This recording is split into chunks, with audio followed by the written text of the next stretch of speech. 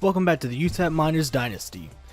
Unfortunately, this is the second time I've recorded this because my audio messed up the first time, so yeah, there's not going to be any recruiting in this video because I've already done that. The only thing new is that I forgot to turn off the recruiting help, and so they ended up setting up visits for all of our recruits that needed visits. In this episode, we're playing UTSA 1 and 2, our first conference game and our second rivalry game. As you can see, they're only one grade higher than us, but they are better at us than everything else. So let's go ahead and get into the game. If you look at the teams, they scored 27 points a game and they only allowed 28, and we only scored 9 and we allow 64. So yeah, I don't think this game's going to be good. We do have a visiting prospect, Adam Wilson, will be visiting for this game. In order to get the extra points, we're going to have to get 3 sacks from our defensive linemen and have 2 tackle for loss with our D-line. So we're definitely not going to be able to use quarterback spy if he's a running quarterback because we need to get the tackle for losses and the sacks.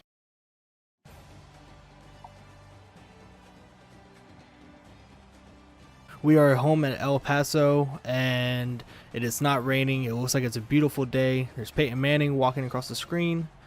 We have no fans. Oh, we have such a bad offense. We're over 100 and everything.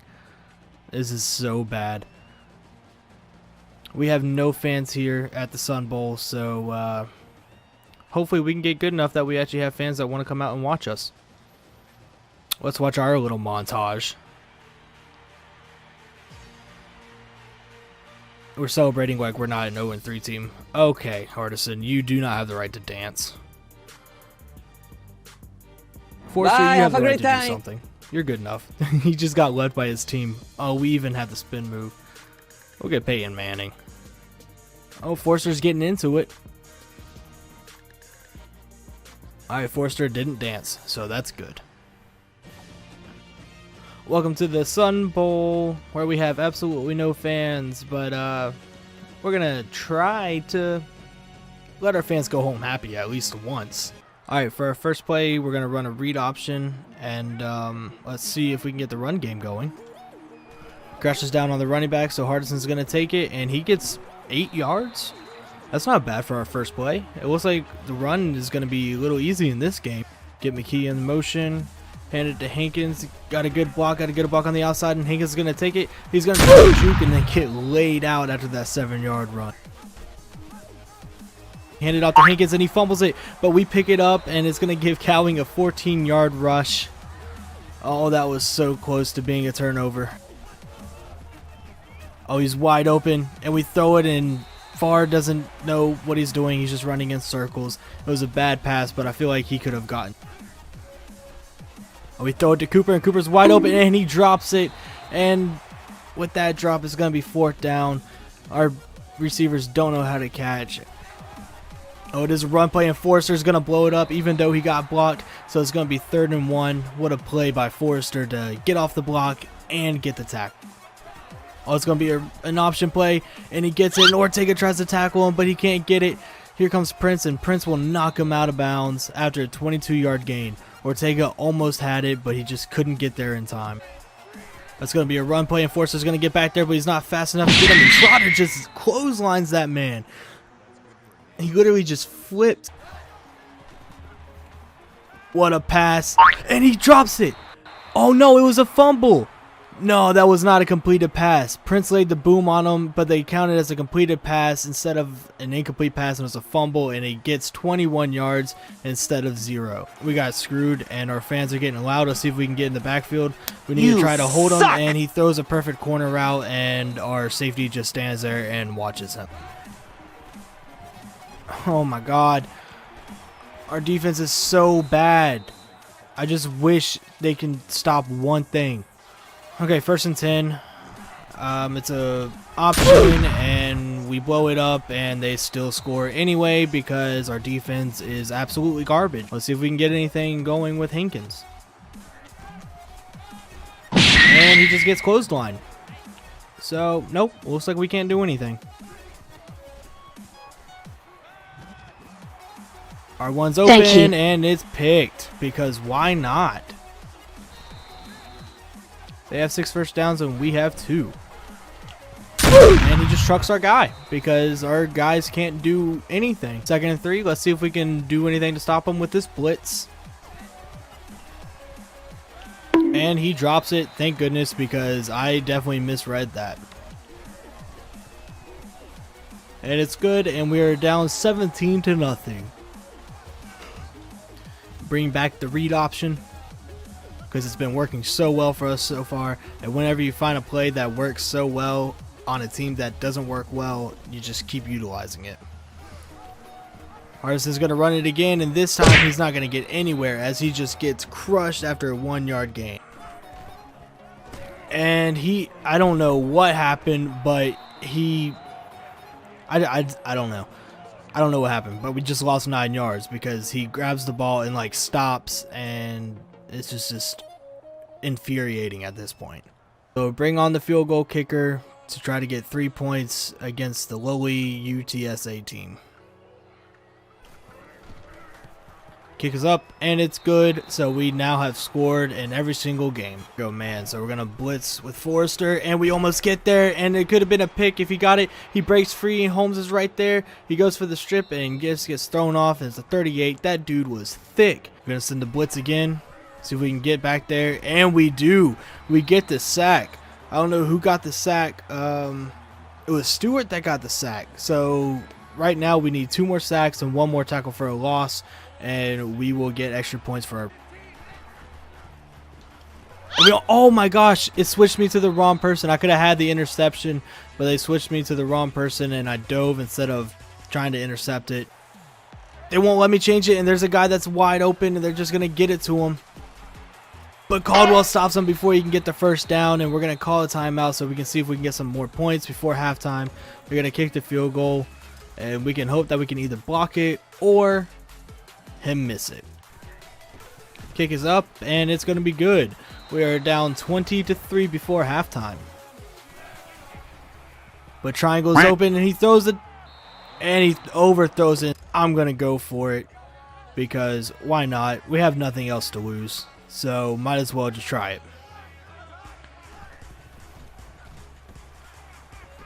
And we're not going to be able to throw it, but we can run. And Hardison's going to get the first down. He's not going to get out of bounds. So we're going to have to do a hurry up so we can try to get more yards and get into field goal range so we can at least get 6 points or even maybe a touchdown if we get lucky. He snaps it.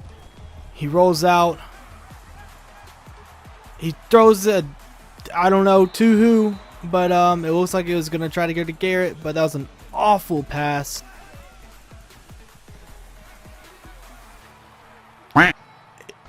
I threw it to circle. I threw it to circle. What was that? Throw it to X, and it's picked. And it's the second interception with 18 seconds left, and this is just going to be another one of those games, guys. It would be better if we got the sack, but we don't. He just throws him off, and none of our guys can tackle him. Oh, we get him by the shoelace because he was doing some weird zigzag thing. So instead of getting a touchdown, we're going to hold him to a field goal. And with that, it's halftime. UTEP is down 23-3 against UTSA, and we're just not a good football team. And he gets free, but Prince gets the tackle before he gets there. Sacked for 1 yard. That was a good tackle by Prince because if he didn't get him, he was going to be gone.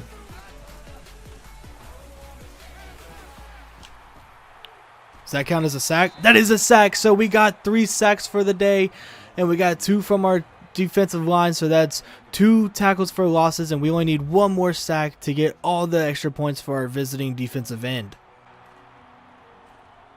Cowley's going to return it, and it looks like he gets the edge, and if he can get past the punter, he might be able to return this, but 27 is really fast. He gets by him. He tries to shoot 44, but he can't, and it's a 67-yard punt return, and he gets us into field goal range. Let's see if we can turn it into a touchdown and get us back into this game. And Cowing gets free, and he catches it for the first down. A 15-yard reception, gets laid out, but he still makes the catch, and we're first and goal once more. Oh my God, he just throws another duck. Cowing was wide open, and he just throws another duck, and let's go for it. Let's try it. There's nothing else we can do. Field goals aren't going to win this game. We need touchdowns. So let's see if we can get Don Jr. out there. But with the accuracy of Hardison, I don't know if it's going to be a good idea. Nobody's going to be open. Hardison's going to try to take it, and he's not going to get it. He gets 1 yard, and we just turn it over. He's throwing it. And we almost get the sack again, but this time he completes it, and Holmes knocks him down, but he gets a first down. It looks like it might be a run play, so we can see if we can get in there before they get anywhere.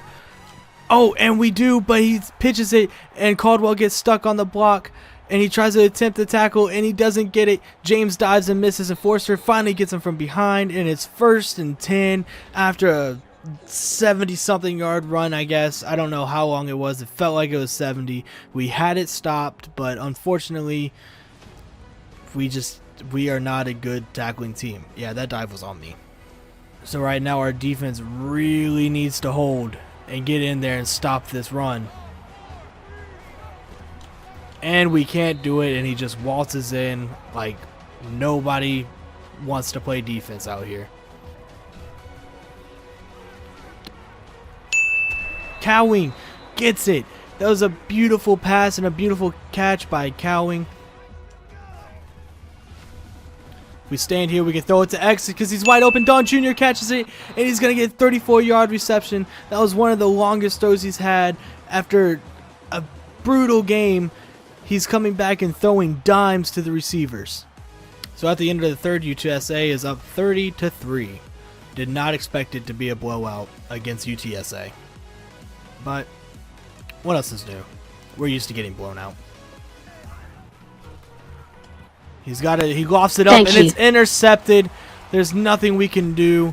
We tackle him at the 3-yard line. I don't understand what I'm supposed to do to be able to get anything going on this offense. It's just brutal at this point. It's a screen, and we blow it up. We get him for 5 yards, and it looks like it should have been a safety, but it looks like they're going to give him forward momentum, and we're going to be down at the 1-yard line. But what a play by Stewart.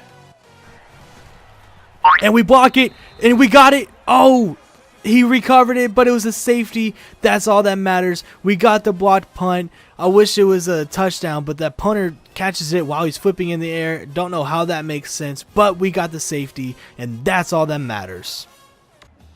Brownholtz is our quarterback. I'm guessing Hardison got injured, so there goes our chance. But maybe he's better at throwing. Nope. No, he's not. Alright, it says that Hardison will return soon, so let's see what we can get with Brownholtz. X is open.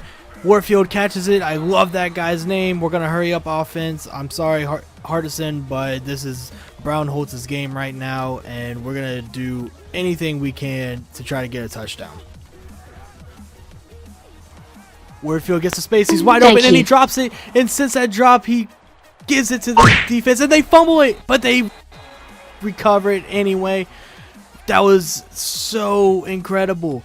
It was an interception. We hit him. He fumbles it, but they get it back. And either way, it's going to be a turnover, and that's going to probably do it for this game.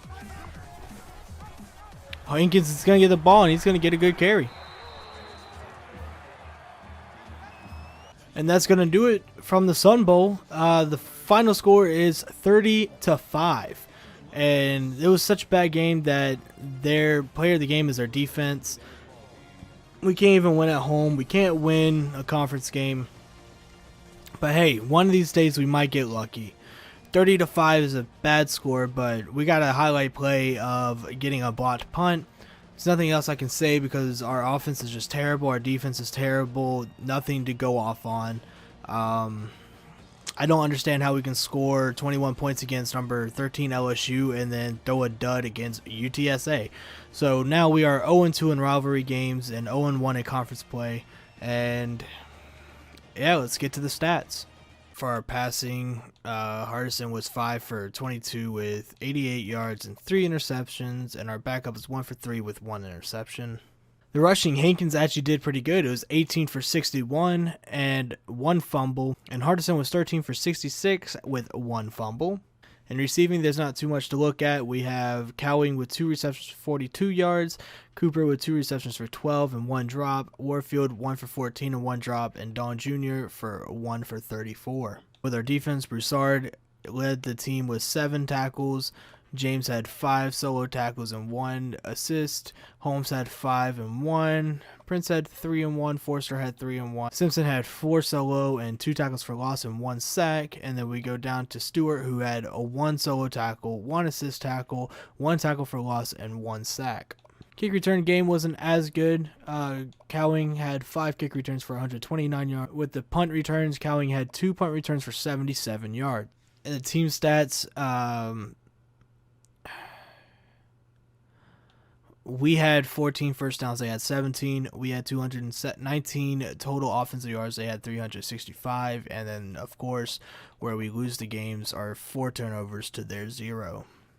Hey, at least we get upgrades for our coordinators. Since we didn't get to do recruiting at the beginning of the episode, I'm going to do recruiting here because it's a bye week. And as you can see right now, we have lost the lead for Kevin Malone. I don't know how. Hopefully whenever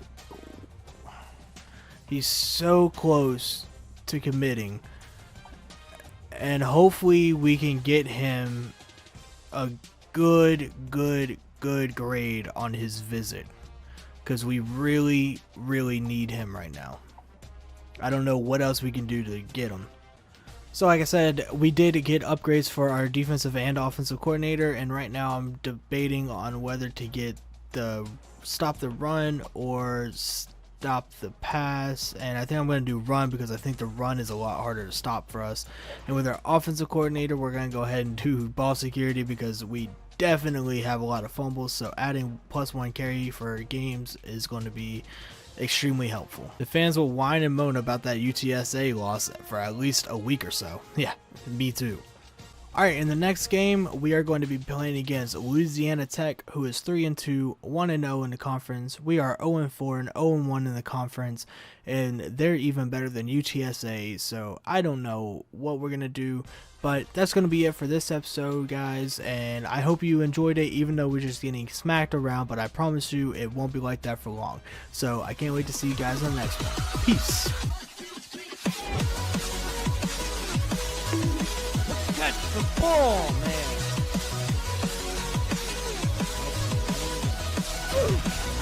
Ooh.